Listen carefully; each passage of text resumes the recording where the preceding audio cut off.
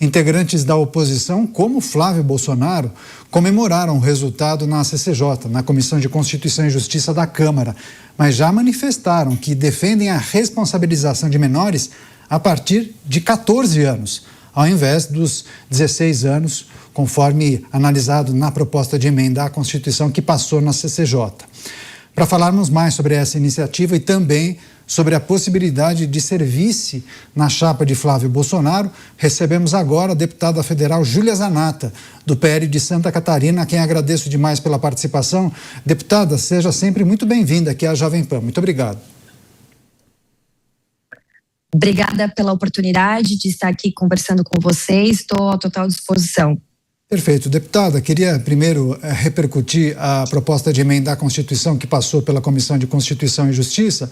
Naturalmente, uma breve análise sobre o avanço dessa proposta na CCJ, mas eu queria escutar da senhora o que a gente pode esperar da tramitação e dos debates nessa comissão especial. Destacamos na notícia que há alguns parlamentares, alguns congressistas, como Flávio Bolsonaro, que defendem, inclusive, a responsabilização de menores a partir de 14 anos.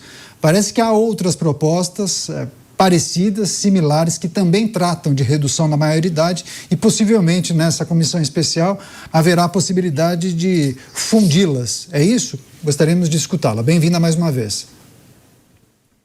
Com certeza, né? Uma das propostas aprovadas ontem na Comissão de Constituição e Justiça, que analisa única e exclusivamente a admissibilidade e constitucionalidade, foi a minha, a PEC 9 de 2026, que contou com a assinatura de 186 colegas deputados. E a minha PEC, ela é a mais severa das que foram aprovadas, justamente por tratar desse problema que nós temos, que não diz respeito somente à redução da maioridade penal para 16 anos, mas nós temos problemas, né, com adolescentes já com 12 anos. Então, a minha PEC, ela prevê a redução da maioridade penal para todos os crimes para 16 anos e para os crimes cometidos com violência ou grave ameaça, os crimes hediondos e os crimes contra a vida, já para 12 anos, né? Vai além do que o nosso próximo presidente da República, o Flávio Bolsonaro, falou de 14 anos. Então, o meu texto, ele é o mais rigoroso. E o meu texto, ele foi citado por diversas vezes no relatório do Coronel Assis, né? Do relator Coronel Assis, por ter ficado muito fechadinho o meu texto. Ele não permite, por exemplo, interpretações ou não precisa de outra legislação para regulamentá-la, ela já tem aplicação imediata, porque eu e a minha equipe, nós tentamos fazer um texto fechadinho justamente para não dar discricionariedade do julgamento para o juiz. Nós somos legisladores e nós temos que amarrar o texto direitinho para depois a gente não ficar reclamando de ativismo judicial, de interpretações que a gente não conseguiu prever. Então, o meu texto, ele é um texto bom, um texto rigoroso, sim, mas a gente tem que tratar esse assunto de maneira rigorosa, porque 90% da população brasileira, segundo uma pesquisa do Real Time Big Data, é favorável à redução da maioridade penal. O nosso país é um dos países dos poucos países que ainda aceita essa questão de menor de 18 anos não ter punição, né? E nós estamos entre os maiores índices de homicídio por 100 mil habitantes. Então, o que a esquerda prega de desencarceramento, de dizer que cadeia não funciona, o que não está funcionando é deixar todo mundo solto, porque pessoas ligadas à facções narcoterroristas, inclusive, utilizam, né, de menores de 18 anos para cometimento de crime.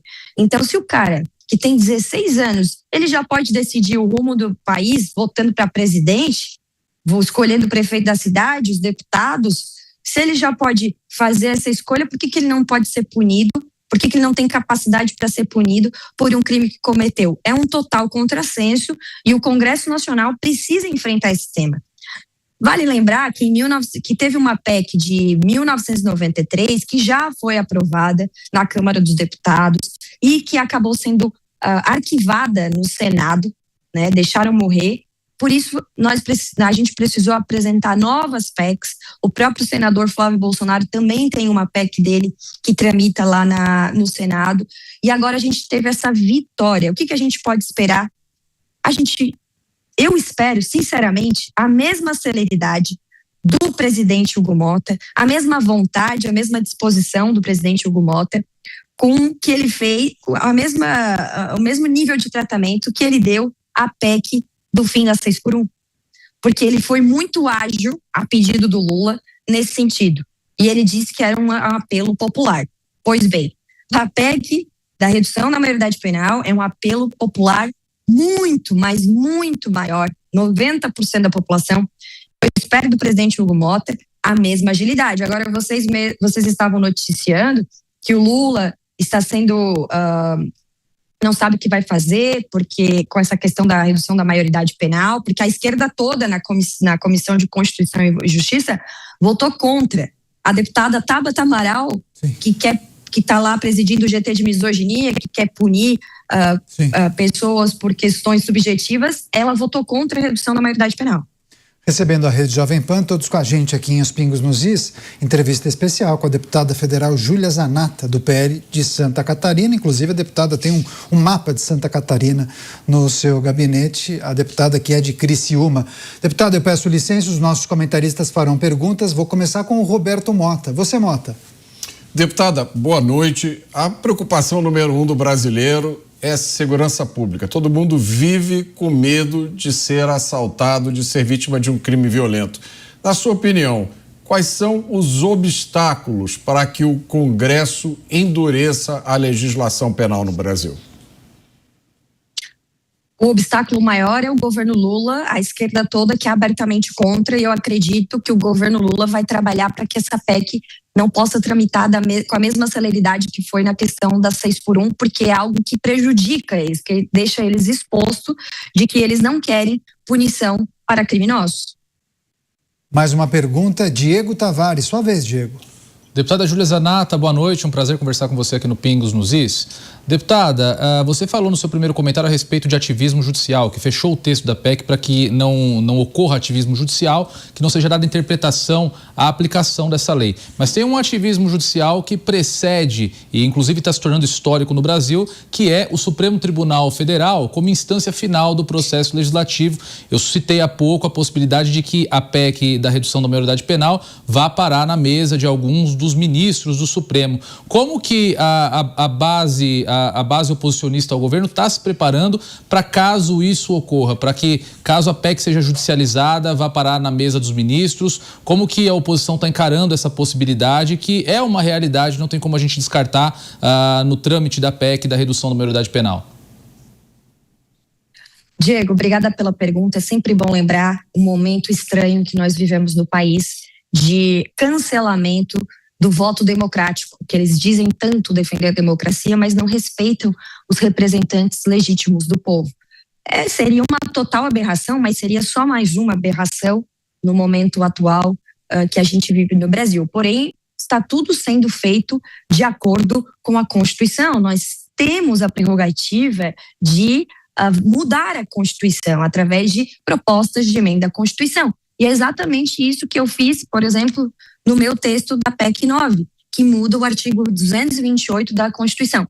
Agora, essas questões supervenientes, essas questões indecorosas, essas questões não republicanas, essas questões antidemocráticas que alguns membros do Supremo fazem para atacar a própria democracia e dizem estar defendendo, é um verdadeiro absurdo. Você não tem como se defender disso, a não ser com um Senado com a maioria de senadores dispostos a trabalhar a questão do equilíbrio entre os poderes, porque nós não somos contra a instituição Supremo Tribunal Federal, nós somos contra quem deturpa a imagem da Suprema Corte, porque essa não é a função dela. Cada poder tem a sua função. Se eles estão usurpando as nossas competências e impedindo que a gente faça o nosso trabalho, é porque a gente não vive uma democracia. E como é que você se defende disso? Olha, somente com impeachment de ministro do Supremo Tribunal Federal. Entrevista com a deputada Júlia Zanatta, do PL de Santa Catarina. Estamos falando sobre a proposta de emenda à Constituição que prevê a redução da maioridade penal. Mais uma pergunta, deputada, do Bruno Musa. Deputada, muito boa noite, obrigado pelo teu tempo. Primeiro eu queria parabenizá-la, porque não foi a primeira vez recente que a senhora votou de verdade com o que é considerado quem tem e conhece a filosofia da direita. Muita gente se diz de direita no parlamento, mas quando é para fazer algum tipo de defesa, acaba titubeando, ficando em cima do muro. E a minha pergunta é direta. Como é o relacionamento com essas pessoas que se dizem de direita, mas adoram pregar pautas intervencionistas e que muitas vezes acabam aderindo àquilo que a esquerda defende? Bruno, é muito decepcionante ver que isso acontece, mas eu percebo que existe uma confusão do que é ser de direita. Muitos dos que estão lá acreditam que ser de direita é falar, sou de direita, mas aí não se aprofundam no tema. Mas eu tenho um relacionamento muito tranquilo, porque eu respeito muito a posição de cada um. Eu, muitas vezes, converso, tento convencer, indicar o caminho. Eu também não sou dona da verdade. Também, cada deputado é livre para votar como achar. Eu sempre defendi isso, né? Que não tem que ser uma imposição de partido. Muitas vezes eu vou contra o partido, como fui na questão da 6x1, né? Porque o PL aderiu para votar sim, e eu fui contra e fui respeitada nos meus posicionamentos.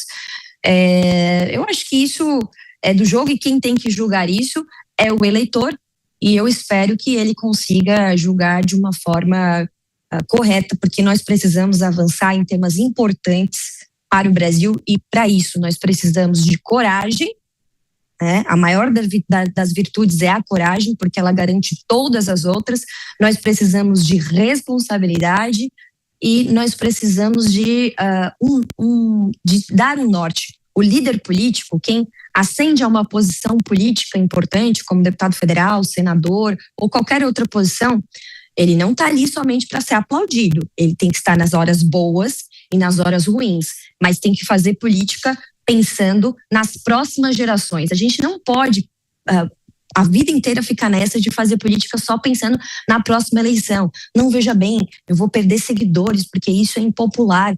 Bom, mas eu não estou ali para ser influenciadora digital, estou ali para votar com aquilo que eu me comprometi na eleição, de mais liberdade econômica, de liberdade individual, legítima defesa. Não posso abrir mão daquilo que eu me comprometi com o meu eleitor. E se a gente não explicar para o eleitor, vai ficar a narrativa deles. Aí a gente vai ter que aderir a todas as pautas de esquerda.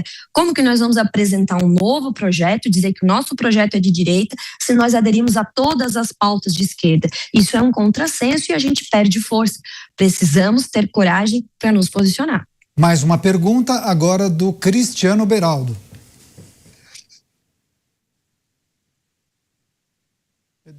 Não estamos escutando. Beraldo, eu vou pedir para você começar de novo, por favor. Tá bom, espero que agora estejam me ouvindo. Boa noite, deputada. A oposição adotou uma estratégia durante as eleições para a presidência da Câmara e também do Senado, que acabou escolhendo um presidente que não estava, a princípio, alinhado com as bandeiras da oposição. Agora que a gente vai se encaminhando para esse final de legislatura, tendo em vista que agora vem Copa do Mundo, festa junina, depois tem eleições e tal, a senhora já consegue fazer uma avaliação sobre essa estratégia? Deu tudo errado? Eu não tive a oportunidade de votar no Hugo Motto, porque eu iniciei a minha licença maternidade naquele momento, então eu não fui votar e eu agradeço a Deus por isso, porque realmente nem o mínimo das coisas que ele se comprometeu, ele cumpriu. Como, por exemplo, um negócio simples, que é pedido tanto de esquerda quanto de direita, de todos os espectros políticos, que é a previsibilidade da pauta. Porque você tem temas muito complexos que a gente vota no plenário da Câmara dos Deputados, que o texto sobe muito, muito em cima da hora. Então, a gente tinha pedido pelo menos uma previsibilidade de 24 horas, previsibilidade também das sessões, né, da convocação das sessões, porque o deputado ele tem atividades no Estado, né, na nossa base eleitoral, aqui em Santa Catarina, no meu caso, e também as atividades na Câmara dos Deputados. Enquanto estamos aqui, nós nós conversamos e ouvimos as demandas de setores, né, produtivos, do agro, da indústria, comerciantes, enfim. E isso não está sendo cumprido por parte do presidente Hugo Motta, sem contar outras pautas aqui mais complexas que eu não vou entrar no caso. Eu acredito que a bancada do PL seguiu uma orientação, porque no final, só que eu entendo um pouco a estratégia, porque o que aconteceu? Todos os partidos anunciaram apoio ao presidente Hugo Motta. Nós fomos o último, nós estávamos eu lembro que o pessoal estava numa reunião do PL sobre isso e todo mundo já tinha anunciado, menos o PL. Ou seja, eles já tinham o voto para vencer. Se nós, como maior partido, não estivéssemos junto, aí vem aquela discussão que nós não teríamos presidência de comissões, não poderíamos fazer convocação de ministros, não estaríamos na mesa da diretora estaríamos alijados do processo. Então, eu não sei dizer se foi a melhor estratégia, mas eu acredito no que foi feito, no sentido de que me pareceu a única estratégia, porque o jogo já estava jogado e eles já tinham ganho. Agora, se a gente tivesse construído isso lá no início, de lançar um nome, agregar apoios, quem sabe até o próprio PL pudesse ter o apoio da maioria da Câmara dos Deputados. É um jogo difícil, vocês sabem, né? É um jogo difícil, mas se a gente tivesse começado lá, com mais tempo, mais estratégia, mais confiança, talvez a gente pudesse fazer isso, mas fica o aprendizado para as próximas vezes. Eu espero que a gente realmente aprenda com os nossos erros. Agora, deputada, a senhora está nos principais portais de notícias, aqueles blogs que cobrem o dia a dia de Brasília, porque Eduardo Bolsonaro fez uma postagem enaltecendo o seu nome, tecendo uma série de elogios. Ele fala em lealdade, dizendo que a senhora estaria à altura do cargo de vice-presidente da República, que a senhora seria uma figura talvez adequada para fechar chapa com Flávio Bolsonaro. Alguma tratativa, alguma conversa a respeito, alguma sinalização que a senhora pensa desse desafio, disputar a vice-presidência com Flávio Bolsonaro? Seria uma chapa pura, né? PL e PL. Olha, eu recebi com muita alegria mas o Eduardo é sempre muito gentil comigo, ele me ajudou muito na minha ascensão política aqui em Santa Catarina e também no cenário nacional, sou muito grata. Inclusive, quando eu entrei aqui na entrevista com vocês, recebi uma ligação do Eduardo, mas tive que recusar por estar aqui na entrevista. Então, esse assunto de Júlia Zanata, vice do Flávio, começou a pipocar nas redes sociais, obviamente por apoiadores nossos, admiradores do nosso trabalho. E ontem o Eduardo acabou fazendo esse elogio público, vamos dizer assim, e hoje tomou conta de todos os portais de notícias nacional. Eu fico muito honrada com essa menção. Obviamente que nós vamos conversar sobre isso, até porque o Flávio tem falado da possibilidade, da vontade dele de querer uma vice-mulher, e aí as pessoas que conhecem meu trabalho falam assim, se é para ser mulher, então que seja por mérito e que seja a Júlia Zanata, por ser combativa, enfim, citam ali questões relacionadas ao meu mandato e à minha coragem. Mas eu sempre disse que eu vou fazer o que for preciso para tirar o PT do poder e para elegermos Flávio Bolsonaro presidente. Então, se isso realmente for uma vontade, nós estamos prontas, eu estou pronta para o combate. Mas se for necessário, até por uma questão de agregar mais forças políticas, apoiar outro nome, e eu ficar na Câmara dos Deputados, até porque eu estou no meu primeiro mandato, eu vou para uma primeira reeleição, né? Também estou aqui tem um outro desafio em Santa Catarina, porque eu lancei o meu marido, Guilherme Colombo, como pré-candidato a deputado estadual. Então, eu estou pronta para ficar aqui, né, no chão de fábrica, aqui na base e também lá na Câmara dos Deputados, porque num eventual governo Flávio, nós também vamos precisar de pessoas muito combativas e com coragem para brigar pelo que é certo lá dentro da Câmara. Júlia Zanata conversando ao vivo com a gente aqui em Os Pingos nos Is. Mais uma pergunta agora do Roberto Mota. Deputada, como possível nome para vice-presidente, quais deveriam ser as primeiras ações de um novo governo de direita? Primeira ação, revogar a reforma tributária.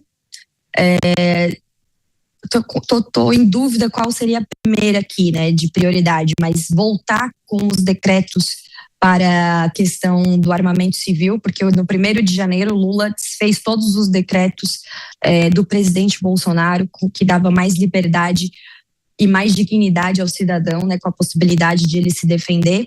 Então, revogação da reforma tributária, eu penso que imediatamente foi a maior tragédia do Brasil, e as pessoas ainda não sentiram o quanto isso vai impactar nas vidas.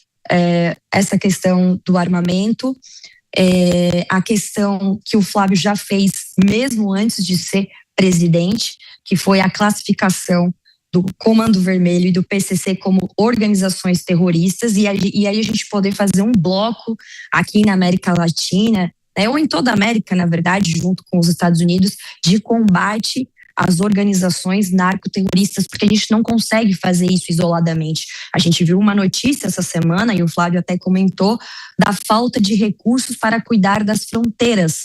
O PT não botou recurso no Ministério da Defesa para cuidar das nossas fronteiras. É esse mesmo PT, esses mesmos esquerdistas, é o mesmo Lula que diz que defende a nossa soberania. Mas como soberania se a gente não pode cuidar nem das nossas fronteiras, porque ele não botou dinheiro lá, não coloca isso como prioridade. Então, essa questão da segurança pública, da legítima defesa, da defesa à vida, né, trabalhar dentro do Congresso sempre em prol da vida, e, número 1, revogar essa palhaçada que foi feita, essa tragédia que foi feita na reforma tributária, que vai tirar mais autonomia dos estados, já temos pouco, vai tirar a autonomia dos municípios, vai tirar dinheiro do nosso bolso, do bolso do povo trabalhador.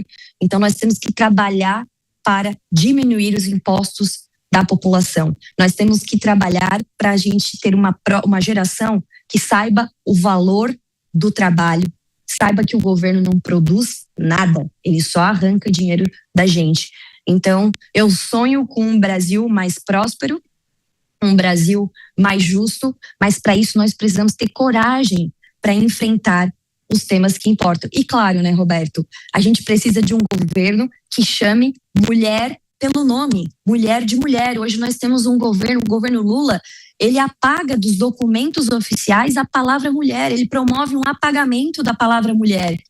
Mulher não é pessoa que gesta, mulher é mulher.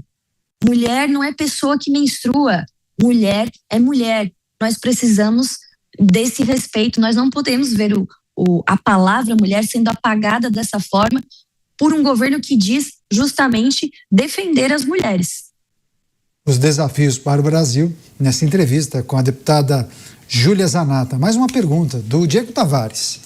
Zanatta já está com um discurso de vice-presidente da República. Deputada, nós sabemos que a essa altura do campeonato não existe nome dito em vão quando nós falamos na composição de uma chapa presidencial. Sem dúvida nenhuma, se Eduardo Bolsonaro falou no seu nome, é que isso certamente deve estar sendo testado enquanto nós conversamos aqui. E como nós já concluímos aqui, eu acho que há um consenso nesse sentido, o seu nome não agrega do ponto de vista ideológico, não agrega do ponto de vista partidário, não agrega um eleitorado de perfil diferente, pelo menos a princípio. Será que isso sinaliza que nessa empreitada de tentar acenar muito ao centro, Flávio Bolsonaro se desconectou um pouco da base bolsonarista? Será que a Júlia Zanatta não seria a opção mais bolsonarista que o próprio Flávio Bolsonaro? Olha, como eu falei, eu fico honrada com a citação do meu nome e eu vou fazer o que foi preciso para que Flávio Bolsonaro se torne presidente da República e a gente supere essa fase aí do petismo, né, que já vai fechar 20 anos. Eu acredito que essa história, né, de composições da maneira tradicional na política, se você olhar por esse viés, realmente o meu nome não agregue. Mas eu sempre falo que a gente precisa ter coragem na política, inclusive coragem para ousar. Então, às vezes a gente fica fazendo... eu não, né? Eu não sou assim. Mas na política eu vejo muito isso, fazendo muitas análises, pesquisas, e eu costumo ir muito pela minha intuição. E tem dado certo até o momento. Então, as pessoas, elas querem pessoas combativas, né? Elas querem posicionamento.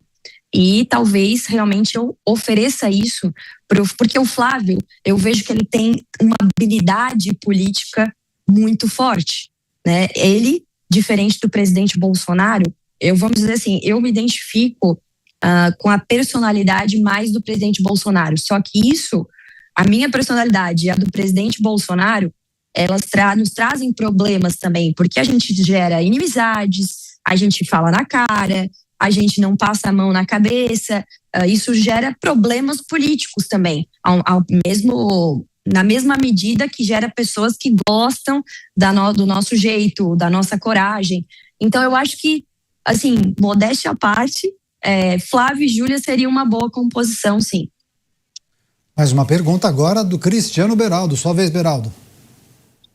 Deputada, a gente acompanhou o noticiário aí de muitos embates internos dentro do PL de Santa Catarina em torno da disputa ao Senado de Carlos Bolsonaro, né, que transferiu o seu domicílio eleitoral do Rio para Santa Catarina. Queria que a senhora falasse como é hoje essa situação do PL dentro do Estado e como é que a senhora vê essa estratégia para contemplar tanto a disputa local como as necessidades da candidatura de Flávio Bolsonaro a presidente. Essa questão do Carlos Bolsonaro de fato gerou um ruído no início, um ruído muito forte, inclusive revoltas internas de aliados, mas isso foi totalmente controlado, hoje está totalmente... até parou de se falar disso, que estava meio chato até, né? Tava todo mundo, o Brasil inteiro se metendo em Santa Catarina para resolver um estado que, vamos dizer assim, já está resolvido. Então, isso já parou, o Carlos realmente está rodando o estado inteiro, conquistando apoios, e quem vai decidir isso no final é o eleitor catarinense. Mas tem sido muito bem recebido e tem que citar, né? Porque o Carlos Bolsonaro, ele é um político experiente, ele foi vereador na cidade do Rio de Janeiro desde os 18 anos, e ser vereador no Rio de Janeiro, você lida com todo tipo de coisa, todo tipo de gente, então eu acredito muito na eleição dele, e eu, inclusive, tinha sido citada pelo presidente Bolsonaro, junto com a Carol Detoni, numa entrevista que ele deu para o Léo Dias na época, e ele tinha citado 2 nomes para o estado, Júlia Zanata e Carol Detoni.